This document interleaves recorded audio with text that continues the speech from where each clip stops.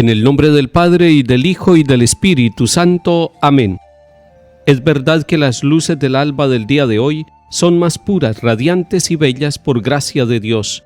Es verdad que yo siento en mi vida, muy dentro de mí, que la gracia de Dios es mi gracia que no merecí. Es verdad que la gracia del Padre en Cristo Jesús es la gloria del hombre y del mundo bañados en luz. Es verdad que la Pascua de Cristo es Pascua por mí, que su muerte y victoria me dieron eterno vivir. Viviré en alabanzas al Padre que al Hijo nos dio, y que el Santo Paráclito inflame nuestra alma en amor. Amén.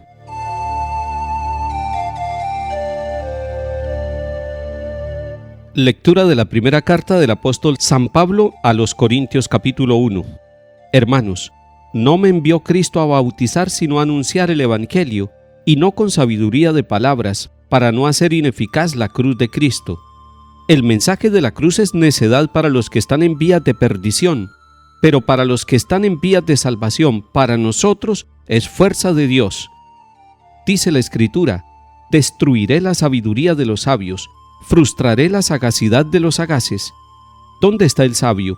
¿Dónde está el escriba? ¿Dónde está el sofista de nuestros tiempos?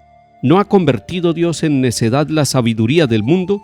Y como en la sabiduría de Dios, el mundo no lo conoció por el camino de la sabiduría, quiso Dios valerse de la necedad de la predicación para salvar a los creyentes. Porque los judíos exigen signos, los griegos buscan sabiduría, pero nosotros predicamos a Cristo crucificado, escándalo para los judíos, necedad para los gentiles, pero para los llamados a Cristo, judíos o griegos, un Mesías que es fuerza de Dios y sabiduría de Dios.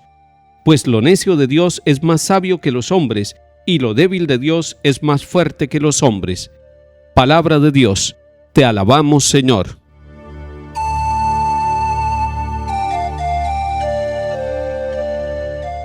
En este capítulo primero de la primera carta a los Corintios, San Pablo nos está recordando varias cosas fundamentales para nuestra vida.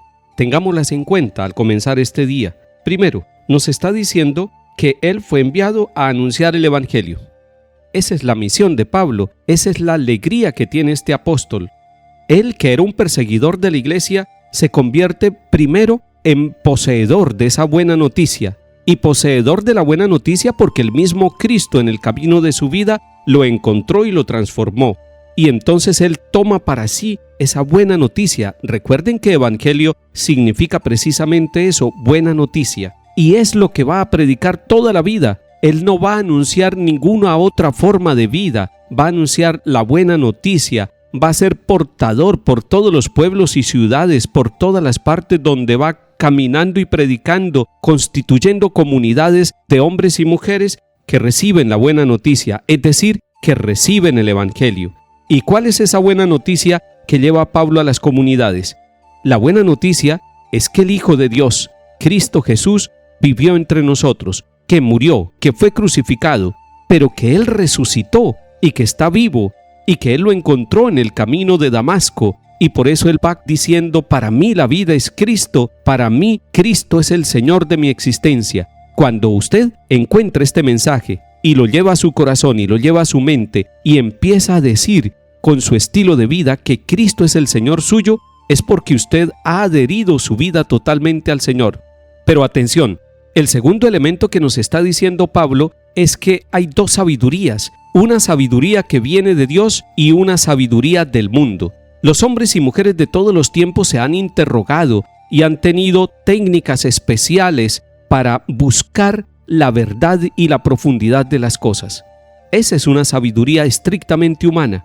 Pero si esa sabiduría humana se combina con la sabiduría divina, entonces se puede llegar no solamente al conocimiento de las cosas materiales, sino al conocimiento de Dios. En conclusión, existen dos sabidurías, la sabiduría del mundo y la sabiduría de Dios. La sabiduría de Dios es aquella manifestada por Cristo en la cruz.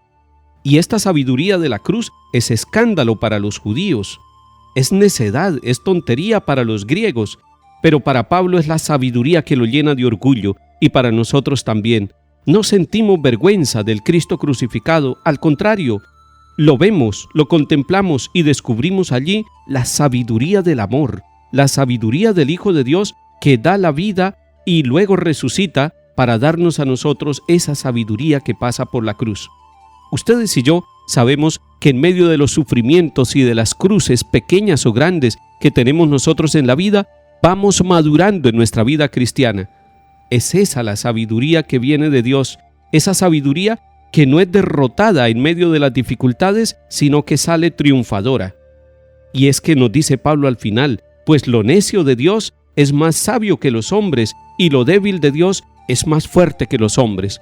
Usted y yo somos fuertes y sabios no por las capacidades nuestras, sino por la presencia de Cristo, muerto en la cruz y resucitado para nuestra salvación.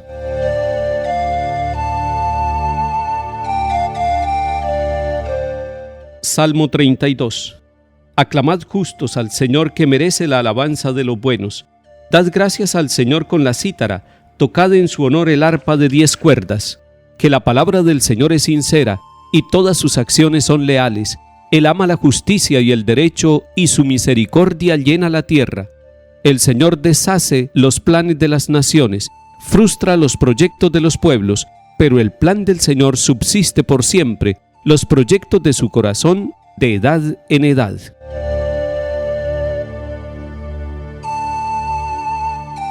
Lectura del Santo Evangelio según San Mateo, capítulo 25.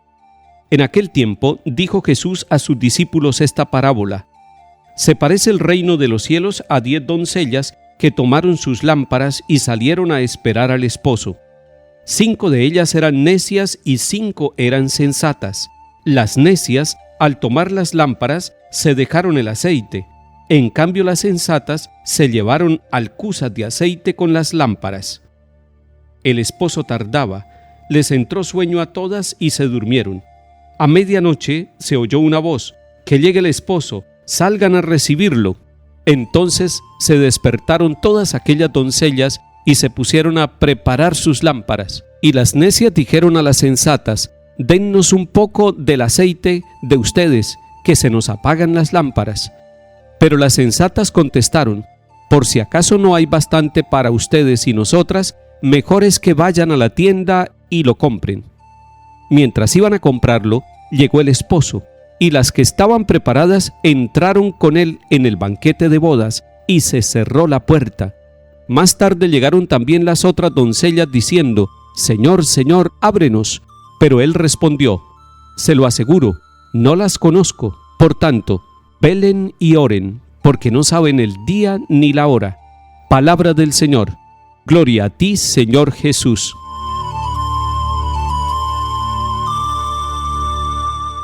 El reino de los cielos necesita que estemos despiertos. El reino de los cielos despuntará a la hora menos esperada. El reino de los cielos ya está entre nosotros, pero nosotros debemos estar muy atentos a esa presencia del reinado de Dios. El Señor nos está diciendo con esta parábola una enseñanza concreta y directa. Estemos atentos, estemos velando, porque no sabemos ni el día ni la hora. Esa es una sabiduría muy grande, estar precavidos, no pensar que el Señor se demora en llegar y entonces desorientarnos en el camino de nuestra vida. Es necesario que hoy, que todos los días, que todas las horas de nuestra vida estemos pensando en que el reino de Dios debe estar en nosotros y debe manifestarse con claridad.